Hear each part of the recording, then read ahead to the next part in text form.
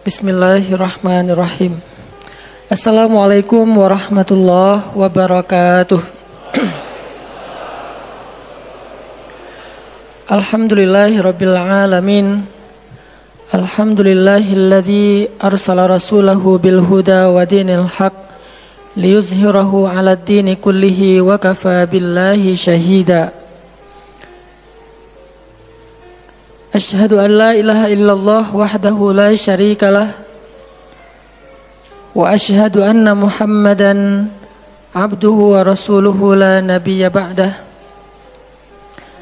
Allahumma salli wa sallim wa barik ala sayyidina wa habibina wa nabiyyina Muhammad wa ala alihi wa sahbihi wa man tabi'ahu ila yaumiddin. Nahmadullaha ta'ala wa nashkuruhu la in syakartum la azidannakum wa la in kafartum inna azabi lasyadid. Qala Allah ta'ala fil Qur'anil Karim, a'udzu billahi minasy syaithanir rajim. Bismillahirrahmanirrahim. Wal 'asr innal insana lafi khusr illa alladhina amanu wa 'amilus shalihat wa tawasaw bil haqq wa tawasaw bis sabr. Wa qala ta'ala alam nashrah laka sadrak wa wada'na 'anka wizrak alladhi anqadha dhahrak wa rafa'na laka dhikrak fa inna ma'al 'usri yusra inna ma'al 'usri yusra fa idza faraghta fansab wa ila rabbika farghab. Shadaqallahul azim. Teman-teman semuanya, anak muda Kota Bandung, jamaah tetap sharing time atau sharing night Rabu malam yang dirahmati Allah Subhanahu wa taala. Semua orang di dalam kehidupan dunia itu pernah atau bahkan sering merasakan lelah. Karena dunia ini adalah tempat orang bermujahadah. Semuanya diraih dengan mujahadah. Gak ada yang didapatkan di dunia ini dengan cara yang mudah. Karena tabiat dari dunia itu adalah tempat bersusah payah. Fitrahnya dunia adalah tempat orang bercocok tanam, bukan memetik hasil. Yang namanya bercocok tanam, kalau kita melihat pada kehidupan para petani atau para pekerja di ladang, di sawah, di kebun, maka kita akan melihat akan melihat kelelahan, keletihan dan kesusah payahan yang luar biasa. Itulah tabiat dunia. Berbeda dengan tabiat di surga.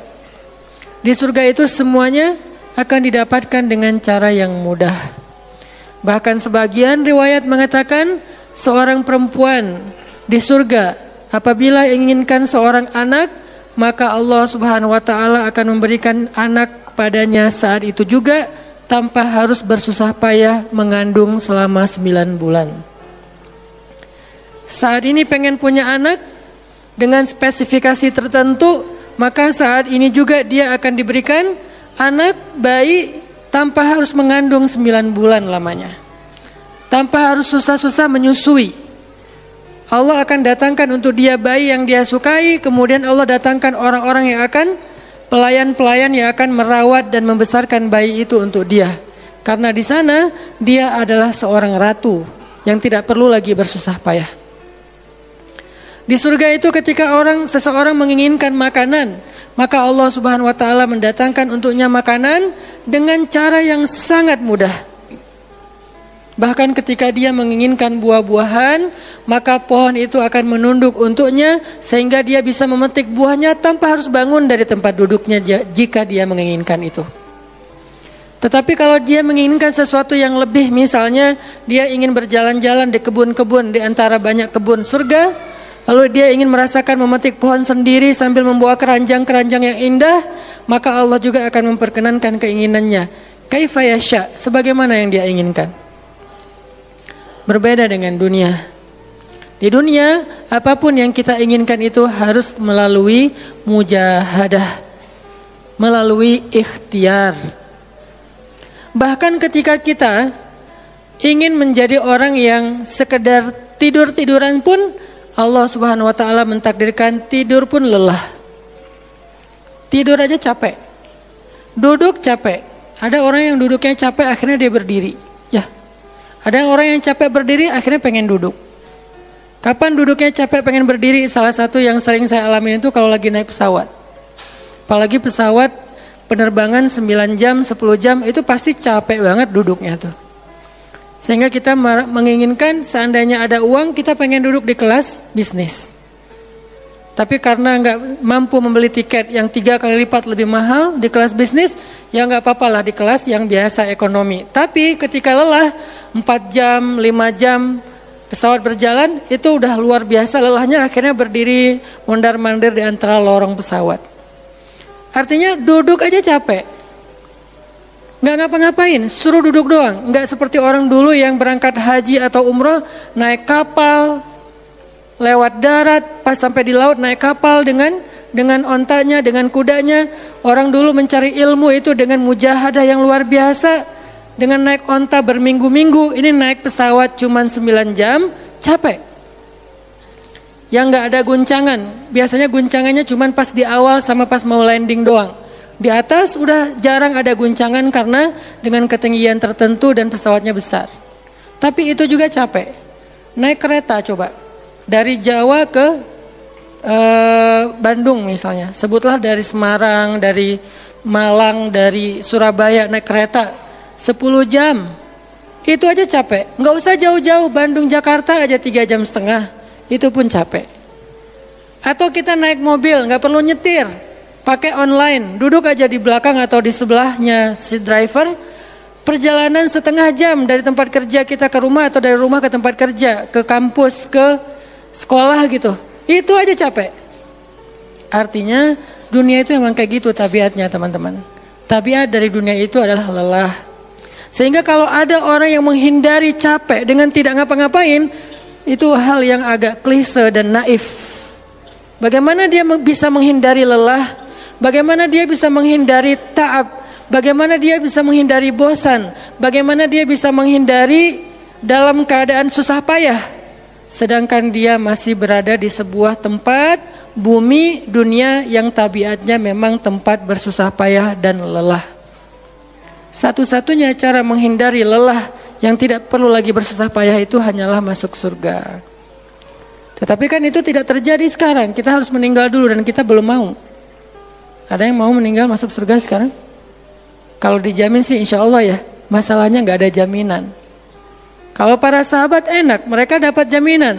Surga Bilal, sebelum Bilal meninggal, Rasulullah udah bilang, bima sabaktani ilal jannah ya Bilal. Dengan apa kamu mendahului aku ke surga wahai Bilal? Dengan wudu dan sholat syukur wudu. Begitu juga nanti ada sahabat lain yang dijamin masuk surga bighairi hisab wala azab. Salah satunya adalah Ukasyah. Kalau kita tidak ada jaminan apapun di akhirat kecuali berikhtiar dan bermujahadah untuk bisa mendapatkan kebaikan sebanyak mungkin di sisi Allah. Sehingga alangkah naifnya seseorang yang menghindar dari ta'ab wal ham wal gham. Dia berusaha menghindar dari lelah, menghindar dari susah payahnya kehidupan, menghindar dari beban-beban hidup. Itu gak bisa dilakukan karena kita masih berada di dunia. Yang perlu kita sekarang coba pilih adalah kita mau lelah untuk hal yang sia-sia? Apakah kita mau lelah untuk hanya bersenda gurau? Apakah kita mau lelah hanya untuk hal yang tidak ngapa-ngapain? Atau justru lelah kita itu untuk sesuatu yang mudah-mudahan beribadah kepada Allah? Makanya disebut dengan lelahnya menjadi lillah. Karena dua-duanya lelah. Ada orang yang pergi ke masjid lelah, capek pergi ke masjid. Tapi ada juga orang yang berbuat dosa, itu juga lelah. Memangnya kalau kita beribadah lelah terus berbuat dosa nggak lelah? Banyak orang yang berbuat dosa lelah dan kita pernah merasakan kehidupan seperti itu. Sehari, 2 hari, sebulan, setahun, 2 tahun, sampai kita benar-benar merasakan lelah banget dengan dosa. Di malam hari berbuat dosa lelah, akhirnya tidur sepanjang siang. Di siang hari berbuat dosa, lelah, akhirnya tidur sepanjang malam. Lelah sama lelahnya. Antara orang yang beribadah dengan orang yang bermaksiat itu sama lelahnya. Bedanya apa? Yang satu, lelahnya akan diganjar, dibalas oleh Allah dengan kebaikan dunia dan akhirat. Yang satu lagi, lelahnya hanya akan disudahi dengan penyesalan. Sama-sama lelah. Bedanya, lelah yang pertama mungkin baru dirasakan hasilnya setelah itu. Lelah yang kedua seolah-olah bisa langsung dirasakan kesenangannya, tetapi kesudahannya adalah penyesalan. Makanya pada malam ini kita ingin merenungkan beberapa nasihat baik dari Al-Quran maupun hadis tentang bagaimana kita menjadi orang yang setiap hari tetap lelah, tetap banyak beban, tetapi beban itu mudah-mudahan menjadikan kita mendapatkan banyak kebaikan di sisi Allah. Makanya Nabi SAW bersabda dalam hadis riwayat Bukhari dan Muslim, "An-nasu ka'ibil mi'ah, la takadu tajidu fiha rahilatan." Manusia itu seperti 100 ekor onta. Manusia ka'ibil mi'ah, seperti 100 ekor onta. Yang harganya murah 50 juta, yang hidupnya untuk disembelih pada akhirnya nahar, disembelih. Onta itu kan kalau disembelih sambil dia berdiri ya. Kalau ayam, bebek disembelih sambil dipegangin atau diangkat. Kalau kambing dan sapi dibaringkan. Kalau onta disembelih itu sambil diberdirikan. Dia berdiri langsung disembelih. Itu onta. Artinya manusia ka'ibil mi'ah. Nabi itu menggambarkan onta karena onta ini punya banyak macam. Mungkin di Arab nggak ada ayam yang bermacam-macam. Akhirnya pakai bahasanya onta. Kalau di kita mungkin ada ayam potong, ada ayam kampung, dan segala macam. Ada ayam jago. Kalau bebek ada mentok, ada apa? Bebek yang biasa. Macam-macam kan. Di Arab mungkin gak terlalu banyak variannya dan gak terlalu akrab dengan kehidupan sehari-hari mereka. Yang akrab itu kambing, kuda, keledai, onta. Akhirnya Nabi mengatakan an-nasu ka'ibil mi'ah. Nabi seolah-olah mengambil sebuah perumpamaan. Dan perumpamaan ini bisa kita ganti dengan culture yang berbeda di setiap negara. Tetapi perumpamaan yang paling baik itu adalah onta. An-nasu ka'ibil mi'ah. Manusia itu seperti 100 ekor onta ibil. Onta potong. Yang hidupnya hanya untuk disembelih oleh tuannya, kemudian dagingnya dimakan atau dijual. Kenapa bisa begitu murahnya? Cuma 50 juta, 40 juta dan berakhir dengan disembelih? Karena onta ini hidupnya tidak istimewa.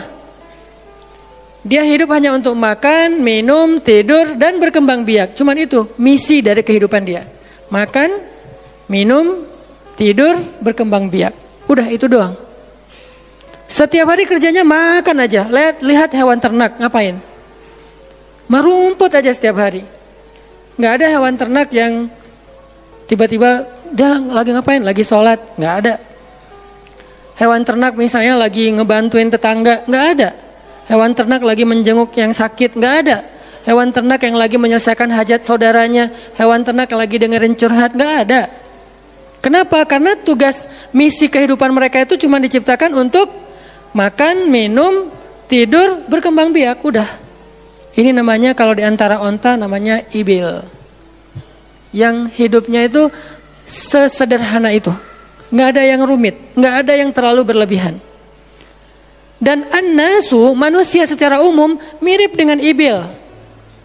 An-nasu ka'ibili mi'ah. Jadi kalau kita bandingkan dari 100 orang itu hampir semuanya seperti ibil. Misi hidupnya itu hanya untuk dirinya. Gimana caranya biar bisa makan, gimana caranya biar bisa istirahat dengan nyenyak, tidur, gimana caranya biar punya keluarga, berkembang biak, punya keturunan, dan kemudian dengan keluarganya dia punya family time. Kapan liburan, makan di rumah, jalan segala macam. Cuman itu misi dari kehidupannya. Sehingga Nabi menyebut mereka yang misi kehidupannya hanya dirinya dan keluarganya, kaibili mi'ah, seperti 100 ekor onta. Kurang istimewa. Orang yang hidupnya hanya untuk dirinya dan keluarganya itu kurang istimewa. Sehingga disebut dengan ibili mi'ah, 100 ekor onta. Tapi enggak hina, tidak rendah, tidak mungkin melenceng, sesat segala macam, enggak. Dia tetap tidak haram, tidak najis. Nabi tidak mengumpamakan manusia seperti seekor anjing, seperti seekor babi, enggak. Karena itu najis, haram dan seterusnya. Onta, makhluk yang hewan yang baik, cuman tidak istimewa. Di sini tidak ada judgement. Nabi itu orangnya nggak suka menjudge. Nabi nggak mengatakan manusia ini semuanya misalnya dengan kalimat celaan, keledai, enggak. Manusia ini misalnya hewan yang najis, enggak.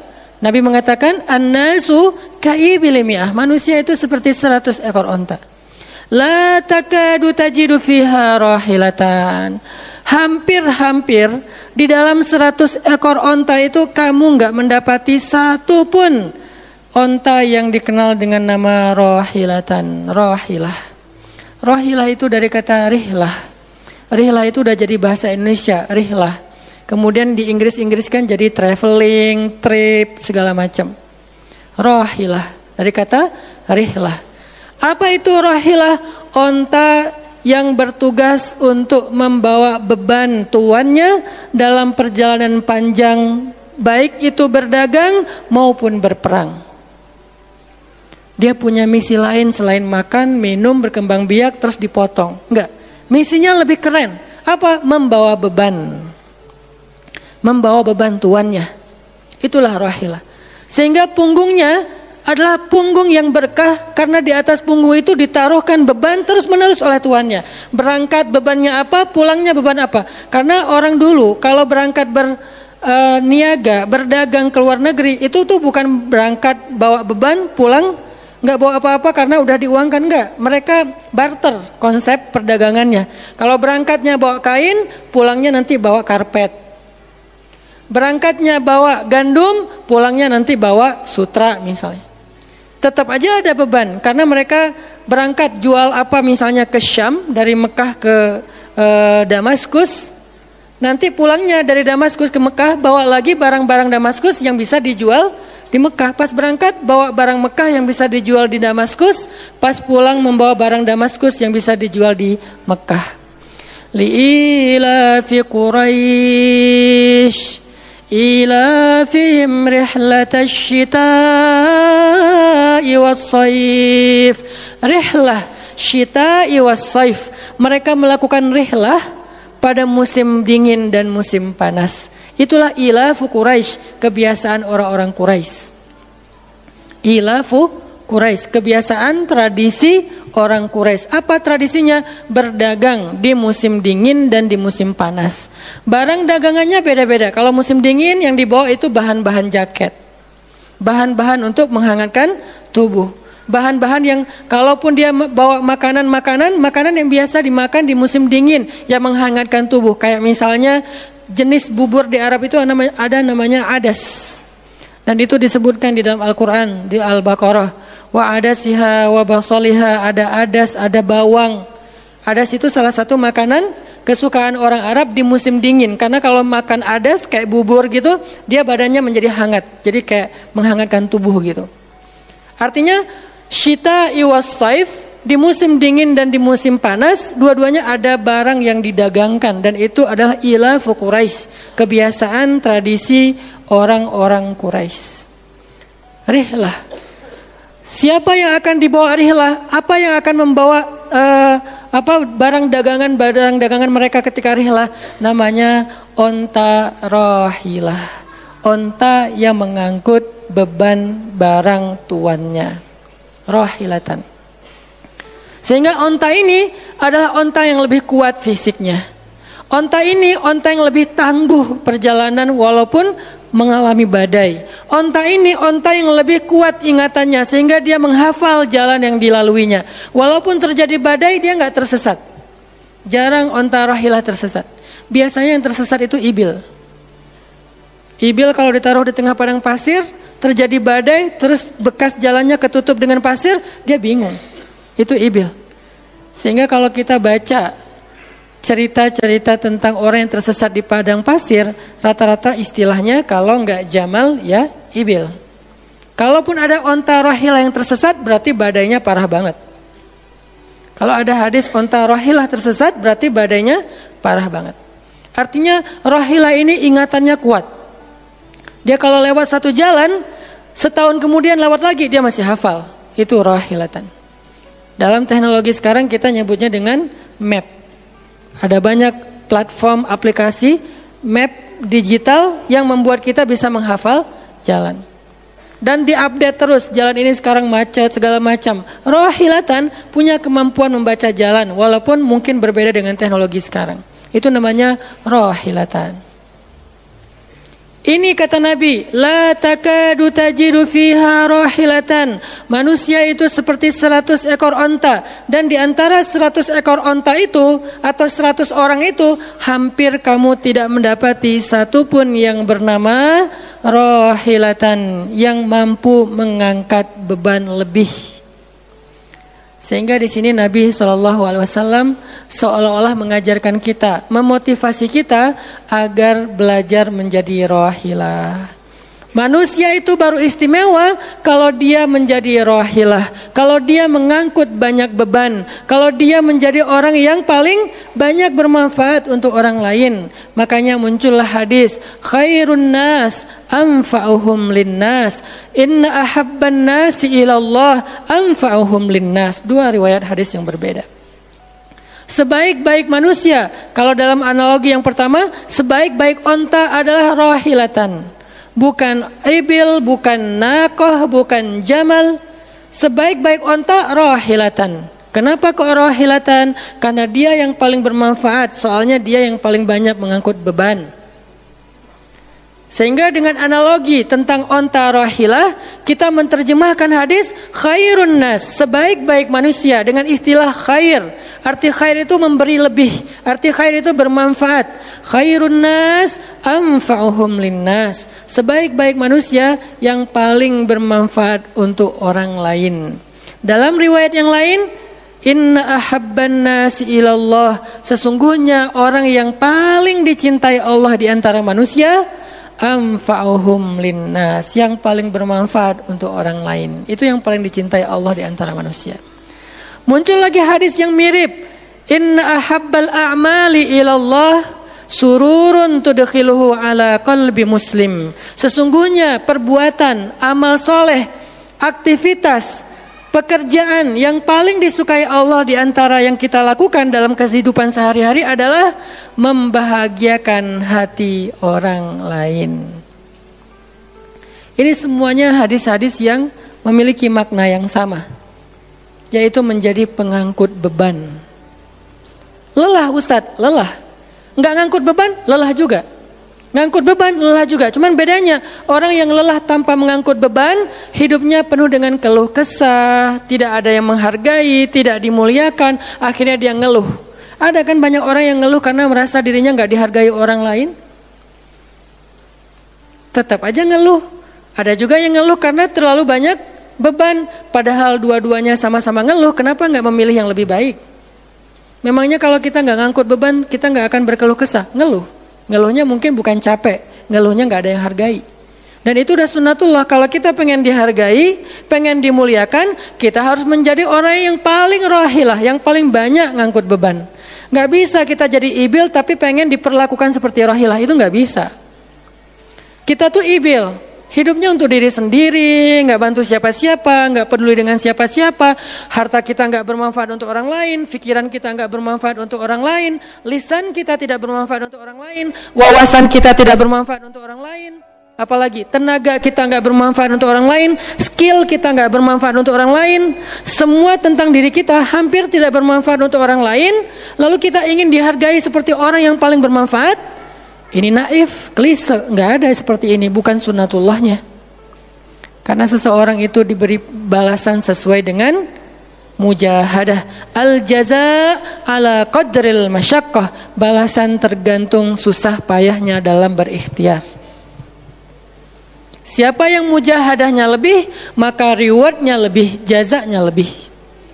Jadi saya kadang-kadang ngerasa, dulu saya juga pernah merasa kayak gitu. Kenapa kok dia dihormati saya enggak? Kita enggak boleh cemburu tanpa alasan. Seolah-olah misalnya Harusnya hormati semua orang dong, nggak bisa. Itu udah fitrah manusia dan sunatullah dalam kehidupan di dunia. Kalau kita pengen dihormati orang, kita harus menjadi rohilah. Kalau kita pengen dihargai orang, kita harus jadi rohilah. Nggak bisa kita berharap dihargai oleh pasangan kita atau calon pasangan kita, tapi kita nggak punya tanggung jawab, nggak bisa. Kalau teman-teman pengen dihargai oleh pasangan halalnya, teman-teman harus mengangkat tanggung jawab yang lebih berat daripada dia. Kalau dia yang capek, kita leyeh-leyeh aja di rumah, tapi kita minta dihargai, saya kan suami. Suami itu bukan status, suami itu peran. Ada orang dia jenis kelaminnya perempuan, tapi dia suami. Kenapa? Karena dia mengambil peran laki-laki. Dan itu saya melihat banyak perempuan seperti ini, hebat dan memalukan bagi suaminya. Di beberapa tempat saya melihat suaminya di pagi hari nggak kerja, cuma nongkrong-nongkrong aja di warung. Ngopi juga itu ada uangnya, giliran untuk nafkah keluarga dia nggak punya uang, untuk ngopi, untuk rokok dia punya uang, untuk anaknya nunggak sekolahnya, untuk anaknya makanannya seadanya. Sehingga karena ini udah berjalan bertahun-tahun, akhirnya istrinya udah nggak sanggup lagi berharap kepada dia, minta cerai juga nggak dicerai-ceraikan, akhirnya istrinya ikhtiar sendiri. Istrinya jadi pembantu rumah tangga, istrinya jadi kerja ke luar negeri. Saya beberapa kali ke Hong Kong, hampir tiap 4 bulan sekali ke Hong Kong, dan selalu mendengar cerita teman-teman di Hong Kong. Para pejuang-pejuang di Hong Kong itu kan 99%-nya perempuan ya. Hong Kong itu 99% lebih perempuan. Beda kan sama Taiwan, Korea itu laki-laki dan perempuan agak imbang lah. Tapi kalau Hong Kong itu bisa dibilang dari 100 pekerja 99 orangnya bahkan lebih adalah perempuan. Dan semua mereka punya masalah yang hampir sama di negerinya, di kampungnya. Masalahnya mereka terpaksa untuk berangkat ke luar negeri karena ada yang demi membiayai sekolah anak-anaknya, single parent. Kemana suaminya? Suaminya pergi dan tidak bertanggung jawab. Atau suaminya ada tapi tidak mampu mencari nafkah. Terpaksa dia kerja ke luar negeri dengan segala macam resiko. Dan banyak banget kasus di Hong Kong.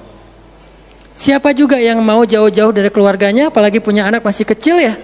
Kemarin kita baru dengar cerita seorang anak yang harus merawat ayahnya yang sakit kanker gara-gara di rumahnya nggak ada siapa-siapa, ibunya berjuang di luar negeri. Kenapa? Karena suaminya sakit. Kalau ini masih bisa kita pahami lah. Tapi kemana pamannya misalnya? Kemana misalnya kakaknya? Nggak tahu punya kakak atau gimana? Nggak tahu kondisi pamannya. Yang jelas bahwa ternyata kita itu dihargai itu bukan karena kita berstatus suami. Kita dihargai karena kita berperan sebagai suami, bukan berstatus sebagai suami. Kalau suami pengen dihargai, ambillah peran suami. Laki-laki pengen dihargai, ambillah peran laki-laki. Apa peran laki-laki? Tanggung jawab. Ambil sebanyak mungkin. Kalau kita udah menikah, tanggung jawab kita itu kalau mau lebih, jangan cuma istri. Ambil keluarga istri untuk kita ambil tanggung jawabnya. Adiknya istri, mungkin keluarga istri kita nggak mampu, adiknya kita sekolahin. Mertua sakit, kita biayain. Nanti siapa lagi? Keluarga besarnya ada masalah, kita biayain, kita hutangin. Kalau misalnya kita nggak sanggup memberikan hadiah atau sedekah, ambil amanah, tanggung jawab itu ambil semampu kita. Itulah contoh Rasulullah SAW. Makanya Nabi ketika sudah menikah dengan Khadijah, yang tinggal di rumah Nabi itu bukan cuma anak kandung beliau. Ada anak angkatnya Zaid bin Harithah. Ada sepupunya Ali bin Abi Thalib. Ada banyak lagi keluarga besar Khadijah yang tinggal bersama Nabi. Sehingga rumah Nabi itu adalah rumah yang banyak sekali orang-orang yang ditampung oleh beliau. Itu yang disebut dengan anfa'uhum linnas. Ambil tanggung jawab yang besar. Sehingga Khadijah tuh respect banget sama sosok Nabi Muhammad. Bahkan sebelum Nabi dapat wahyu, sehingga gak disebut Nabi, respect sama sosok seorang Muhammad. Apalagi setelah beliau dapat wahyu, beban beliau bukan lagi keluarganya sekarang, beban beliau adalah umatnya.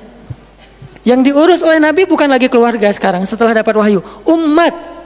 Dan umat di sini lintas nasionalisme. Ada yang datang dari Persia, namanya Salman Al-Farisi. Ada yang datang dari Romawi, namanya Suhaib Ar-Rumi. Ada banyak sahabat-sahabat yang lintas kabilah, bukan hanya orang Quraisy. Ada yang datang dari Yaman, termasuk Sumayyah dengan Yasir, keluarga yang pertama syahid dalam Islam. Ini dari Yaman. Kemudian pindah lagi ke Madinah yang bukan orang-orang Quraisy. Di sana ada Bani Mudhar dari kabilah Aus dan Khazraj. Nanti berkembang lagi sampai ke Asia, Eropa dan seterusnya. Inilah bebannya Rasulullah sallallahu alaihi wasallam. Sehingga Allah menyebutnya dengan istilah rahmatan lil alamin. Rahmah. Tahu arti rahmah? Rahmah itu kasih sayang. Maksud kasih sayang memberi sayang. Kasih sayang, bukan minta disayangi. Jadi kalau kita mau berkasih sayang, ya kasih sayangnya, jangan sayangi saya dong. Itu bukan kasih sayang, namanya terima sayang. Bukan kasih sayang, terima sayang, minta sayang. Itu namanya bukan rahmah, bukan mawaddah. Yang namanya rahmah kasih sayangnya.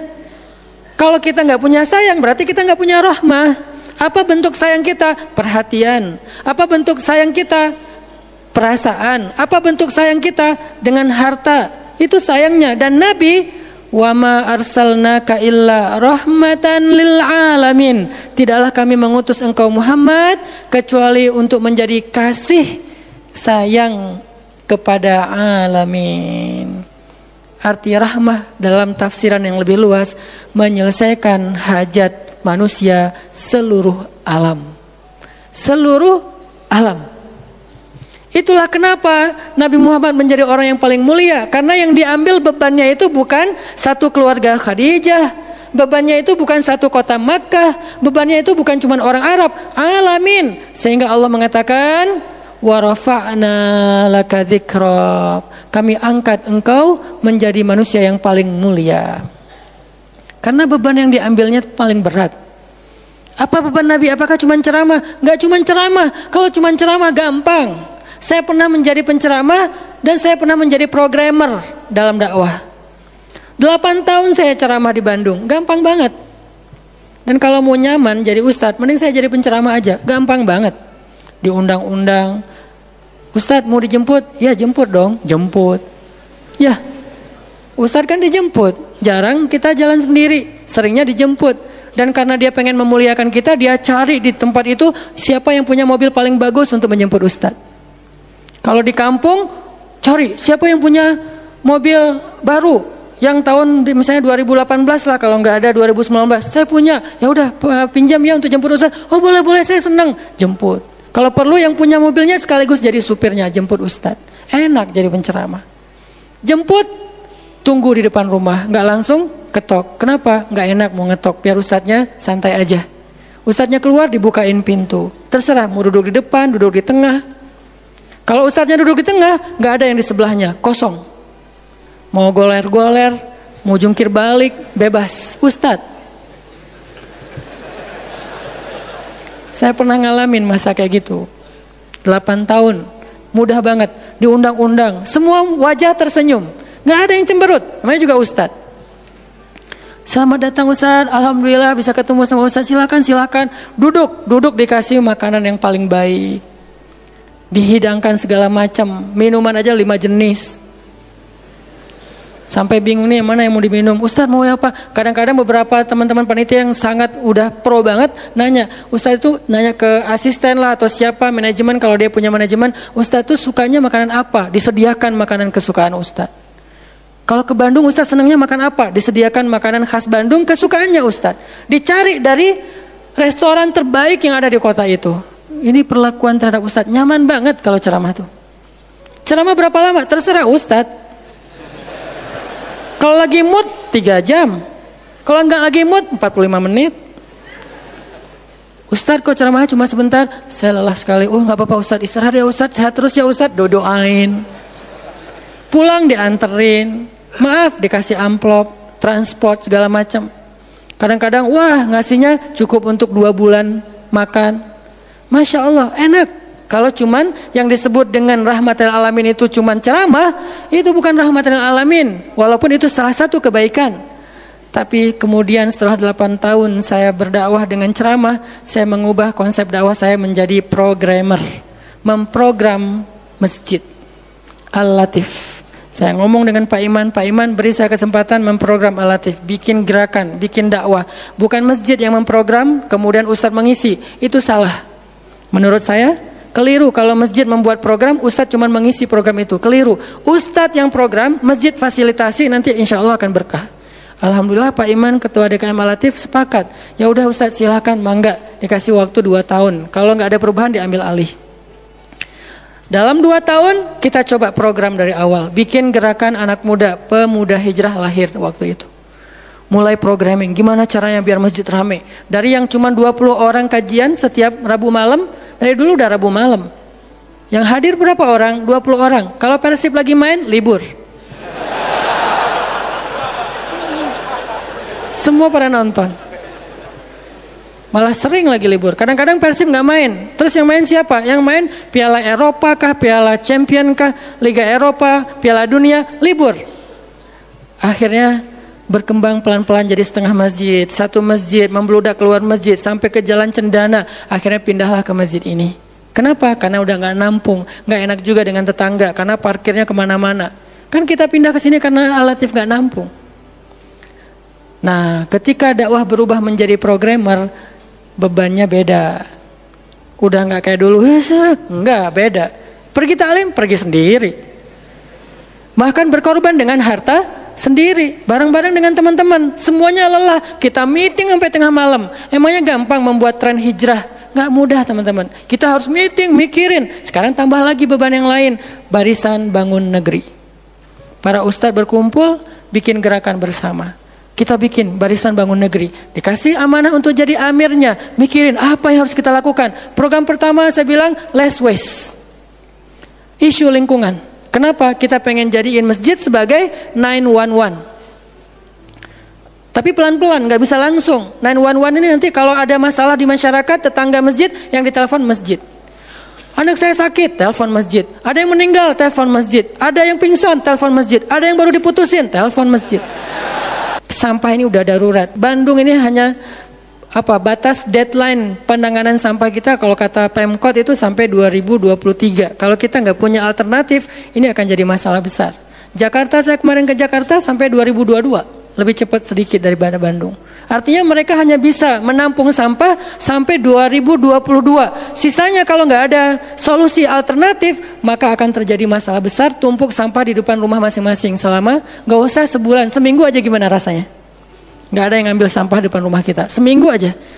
Petugas sampah nggak ngambil sampah di depan kos-kosan, di depan rumah. Sehari telat aja itu udah nggak enak. Apalagi seminggu, sebulan, setahun. Jadi gimana? 2022. Kota-kota besar rata-rata terancam dengan bom waktunya sampah. Kita angkat less waste supaya masjid menjadi salah satu media komunikasi antara Pemprov, Pemkot, pemerintah kepada publik. Kenapa? Soalnya trust publik kepada masjid itu bagus. RT RW bikin program pungut sampah kayak edukasi dan campaign tentang sampah, yang datang sedikit. Kalau RT RW bikin program hari Minggu yuk kita bikin gerakan pungut sampah, sedikit yang datang. Tapi masjid bikin taklim, yang datang ribuan, apalagi 2-3 tahun terakhir alhamdulillah luar biasa. Sehingga masjid punya potensi untuk mengkomunikasikan masalah ini kepada publik. Saya ajaklah teman-teman, yuk kita bikin isu sampah dimulai dari masjid. Jalan 2 Bandung, Bintaro udah jalan. Next mau kita jalankan di Jogja, di Malang dan di Pontianak. Seluruh masjid di Indonesia. Programming, mikir. Harus ketemu dengan beberapa orang. Dan habis waktu saya dalam beberapa tahun terakhir bukan untuk dakwah tablik, makanya udah jarang ceramah. Teman-teman kalau ngelihat ceramah Hanan Attaqi di Bandung cuma sekali seminggu, itu juga kalau nggak libur ya. Kajian Rabu malam. Ustaz Hanan selain Rabu malam ngapain sih? Ustaz kosong nggak? Kosong, saya bilang. Kenapa nggak mau ngisi jadwal? Kosong dari taklim tapi nggak kosong dari aktivitas. Sehari meeting bisa 5 kali. Dulu saya pernah yang kalau bahasa teman-teman tuh ngeprank jamaah, bukan ngeprank sebetulnya. Katanya Ustaz nggak datang, tiba-tiba datang kan? Itu tuh meeting 5 kali sehari, dari pagi, siang, sore, menjelang maghrib, baru beres isya. Meeting dengan siapa aja Ustaz? Banyak hal yang harus kita bereskan untuk bisa memunculkan satu program kecil. Akhirnya beres isya, saya bilang masih ada jamaah enggak? Sebagian udah pulang Ustaz, tapi yang lain masih pada nunggu, kasihan. Ya udah saya jalan aja ke sini naik motor, sampai di sini isya baru ngisi kajian. Artinya ternyata bebannya beda.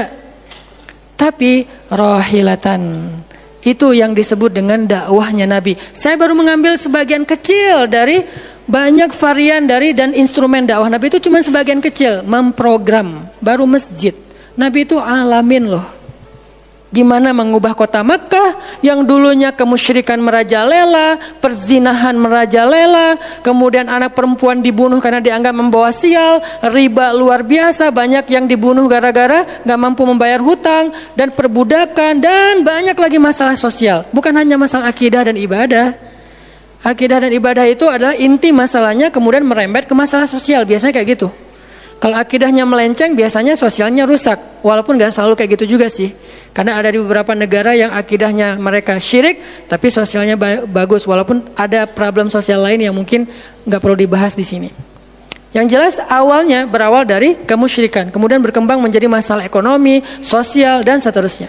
Nabi menyelesaikan masalah kota Mekah. Gimana caranya? Mekah yang tadinya kota yang jahiliyah menjadi kota Islamiyah, kota yang Rabbaniyah, kota yang penuh dengan kebaikan. Madinah yang tadinya kota yang penuh dengan sampah, Yathrib berubah menjadi kota Munawwarah. Sekarang udah nyampah lagi. Di zaman Nabi itu benar-benar Madinah Munawwarah. Sekarang mungkin nggak sebagus di zaman Nabi, cuman bangunannya doang yang megah, tapi secara lingkungan, secara sosial nggak sebaik zaman dulu lah. Kalau bangunan itu kan bukan indikasi peradaban ya. Karena kita pernah mengalami masa peradaban Islam yang keren, nggak ada tuh bangunan pencakar langit seperti Dubai. Kita di Dubai bangunan pencakar langit, tetapi secara peradaban ada masalah di Dubai, terutama masalah sosial. Di Arab Saudi masalah lingkungannya luar biasa, salah satu penghasil sampah 10 besar di dunia. Kalau untuk masalah sampah organik termasuk 5 besar di dunia. Artinya makan sering dibuang-buang. Makanya sampah organiknya paling banyak, waste-nya paling banyak. Itu yang diselesaikan oleh Nabi di kota Mekah dan Madinah, kemudian berkembang di kota-kota lain sampai ke Irak, sampai ke Syam, sampai ke Mesir, sampai ke Eropa, sampai ke Turki, sampai ke Afrika, bahkan sampai ke Nusantara. Rahmatan lil alamin. Rahmah bukan cuma ceramah. Kalau ceramah, Nabi lebih jago dari siapapun. Orang siapapun yang berceramah itu kopas dari Nabi kan? Ada yang ceramah nggak kopas dari Nabi?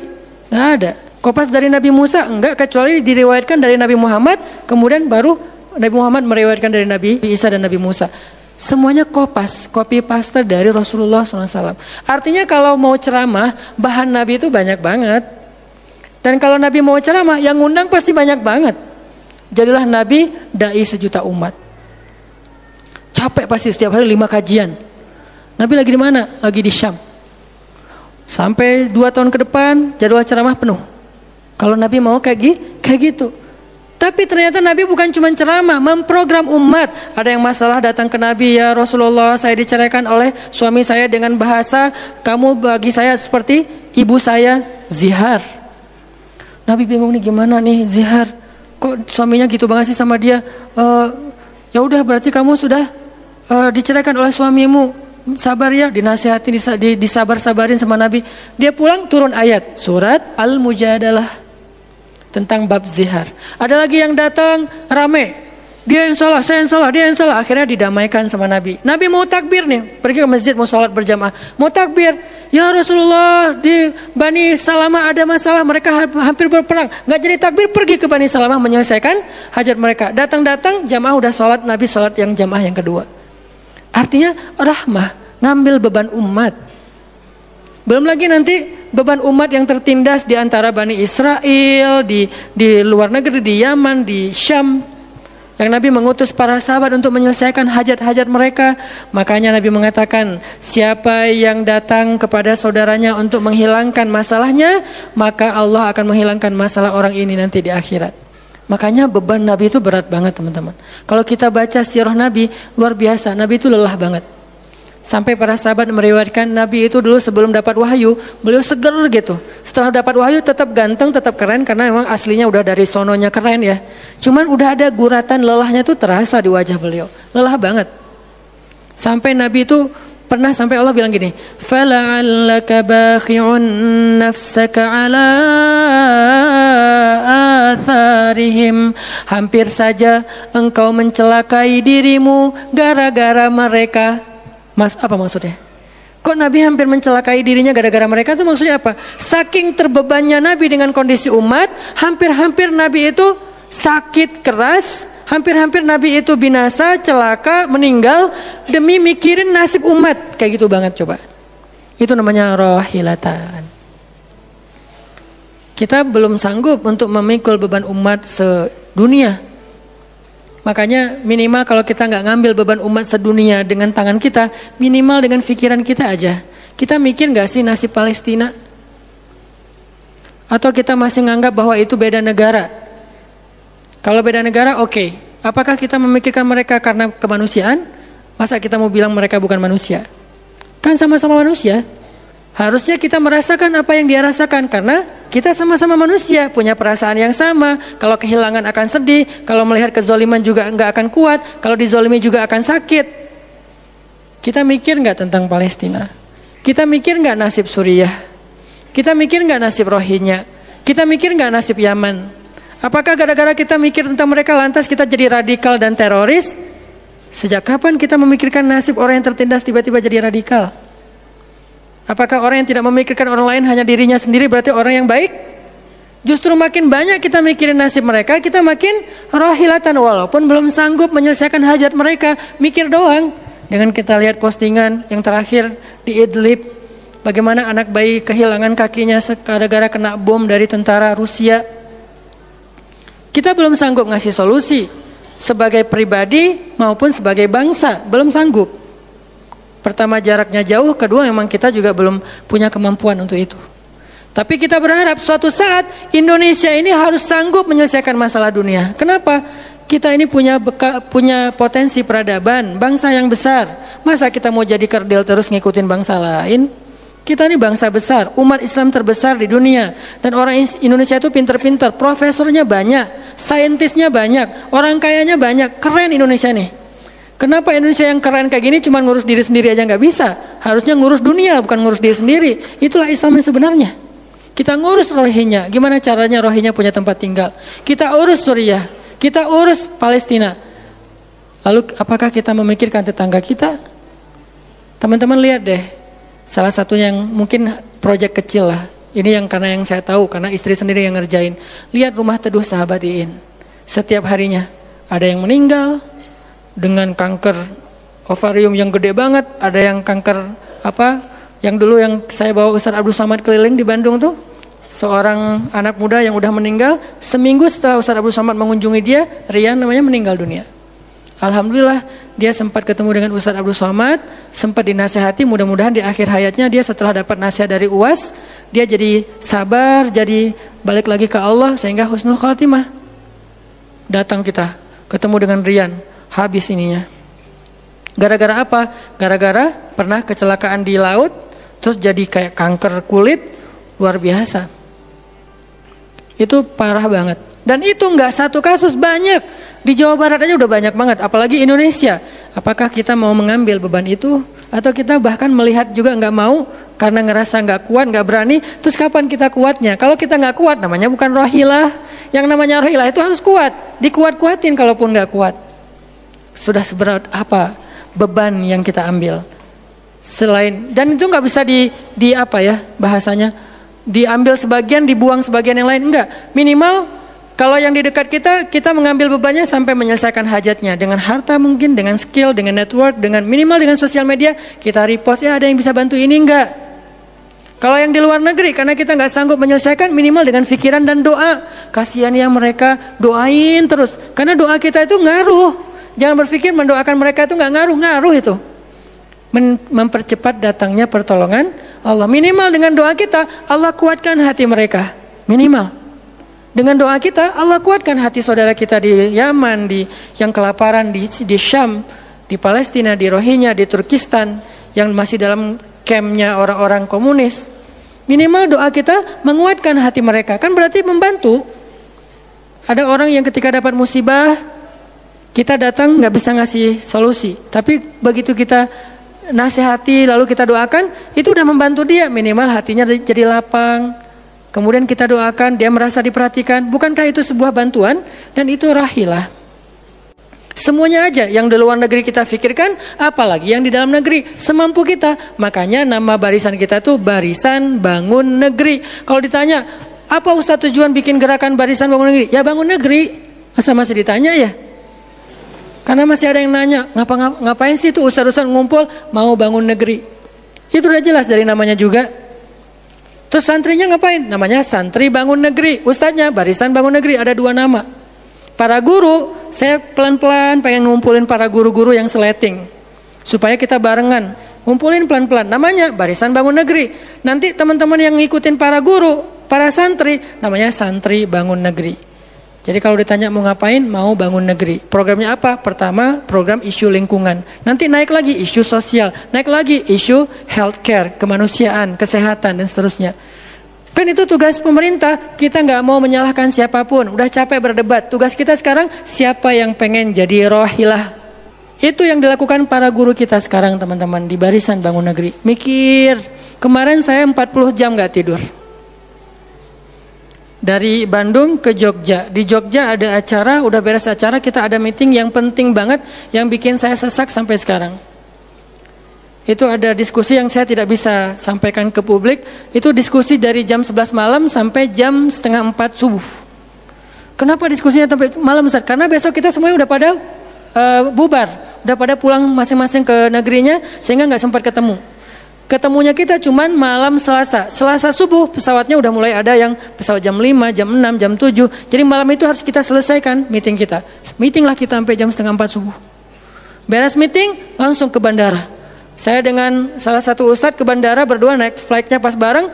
Belum selesai tadi meetingnya, meeting lagi di pesawat dari Jogja ke Jakarta. Di Jakarta saya ketemu dengan beberapa teman-teman yang pengen mendukung program pesantren yang sedang kita dari setahun yang lalu ingin kita buat, tapi juga belum cukup untuk membebaskan lahan, karena kita butuh 15 M membebaskan lahan. Alhamdulillah udah terkumpul sekitar 2 M, masih jauh dari target.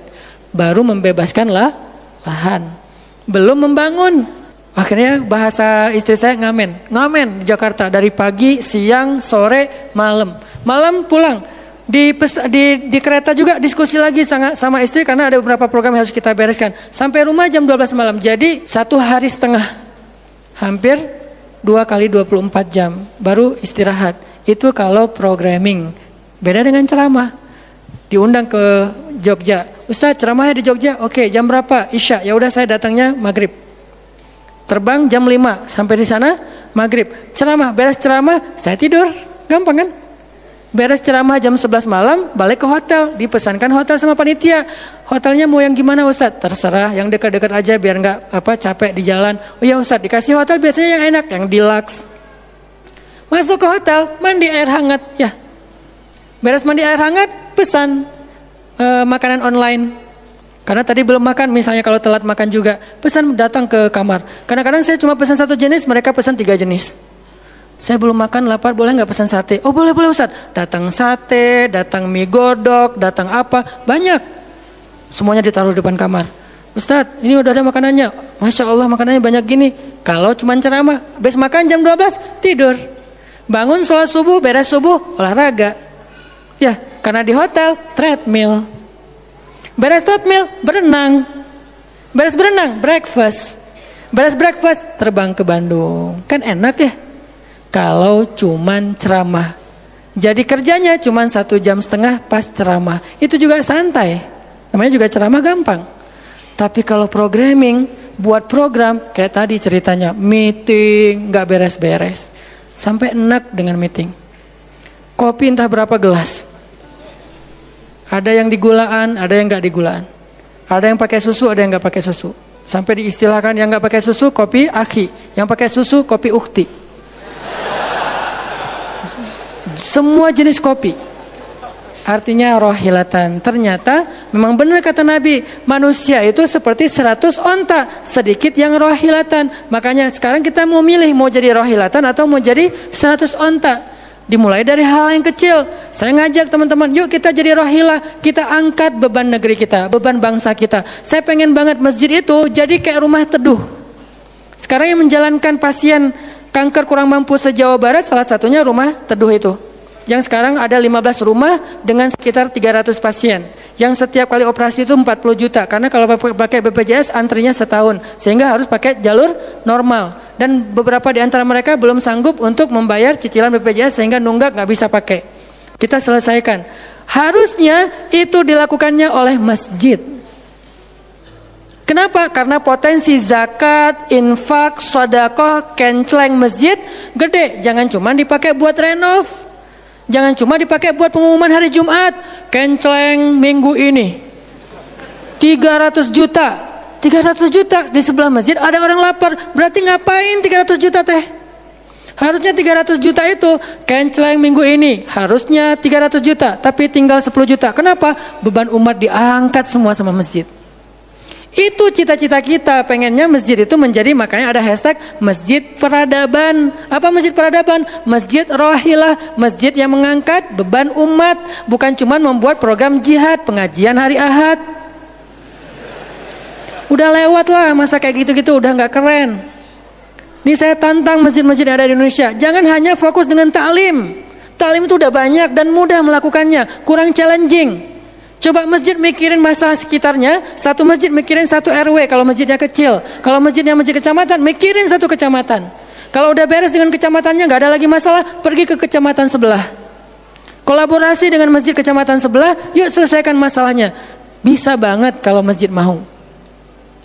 Tapi serahkan programnya ke ustadz yang ngerti harokah, yang ngerti pergerakan.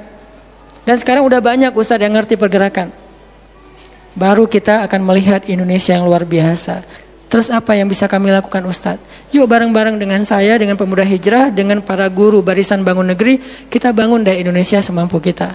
Dengan apa? Dengan skill kita masing-masing, dengan potensi kita masing-masing. Ada yang punya harta dengan hartanya, ada yang punya kemampuan skillnya dengan skillnya. Saya udah berkali-kali menjelaskan, skill itu untuk dakwah penting, bukan hanya penceramah. Nah, mau nggak nih teman-teman? Yuk kita bangun Indonesia. Sekarang kita mikirin apa yang bisa kita lakukan untuk Indonesia, masing-masing dengan potensi kita. Karena kita anak masjid, anak masjid. Karena kita banyak sering ke masjid, ya udah kita bangun Indonesia dengan cara masjid. Dan ternyata cara masjid itu bukan cuma Allahu Akbar dan Subhanallah, salam, enggak. Yang dibicarain di masjid itu bukan cuma juz-juz Al-Quran, tapi masalah umat. Karena Nabi membicarakan masalah umat itu di Masjid Nabawi. Yang kita pengen ke sana, berharap banget bisa umroh. Apakah di Masjid Nabawi itu cuma ada raudhah kemudian orang berdoa egois banget pengen masuk surga sendiri? Enggak. Di raudhah itu Nabi dengan Jibril bicara tentang umat. Gimana caranya umat ini selesai masalah mereka. Sampai ke penjuru dunia. Yang terjajah dibebaskan dari penjajahan, yang terzolimi dibebaskan dari kezoliman. Itu namanya rahilah. Saya yakin di sini banyak potensi dan skill yang keren-keren. Coba berikan skillnya untuk dakwah, dedikasikan skillnya untuk agama. Yang kalau kita dedikasikan untuk agama, insya Allah untuk bangsa dan negara udah pasti. Karena agama kita itu bukan agama ritual. Agama kita ini adalah agama kehidupan. Sehingga yang ada di dalamnya bukan cuma bab sholat, tetapi juga bab orang sakit. Dan kita tahu banyak hadis tentang itu, bab lingkungan, dan kita mulai tahu hadis-hadis tentang itu. Yuk kita dedikasikan skill kita, potensi kita, harta kita untuk agama Allah. Kita angkat beban umat bareng-bareng. Karena kalau saya ngangkat sendiri, saya paling-paling ngangkat sanggupnya itu 100 kilo. Itu juga udah ngos-ngosan. Tapi kalau kita ngangkat bareng-bareng, bisa bertonton beban umat kita angkat. Mudah-mudahan dari kajian mager ini, mudah-mudahan kelak kita bisa menjadi orang yang mudah bergerak, sanggup bergerak, dan geraknya bersama-sama. Barakallahu fikum, billahi taufiq wal hidayah. Allahumma inna nas'aluka ridhaka wal jannah wa na'udzubika min sakhatika wan nar. Allahumma a'inna ala dzikrika wa syukrika wa husna ibadatik. Rabbana habbib ilainal iman wa zayyinhu fi qulubina wa karrih ilainal kufra wal fusuqa wal isyan waj'alna minar rasyidin. Rabbana atina min ladunka rahmah wa hayyi' lana min amrina rasyada. وهيئ لنا من أمرنا رشدا وهيئ لنا من أمرنا رشدا واجعل لنا من كل ضيق مخرجا ومن كل هم فرجا ومن كل عسر يسرا ربنا آتنا في الدنيا حسنة وفي الآخرة حسنة وقنا عذاب النار وصلى الله على سيدنا محمد وعلى آله وصحبه أجمعين والحمد لله رب العالمين والسلام عليكم ورحمة الله وبركاته.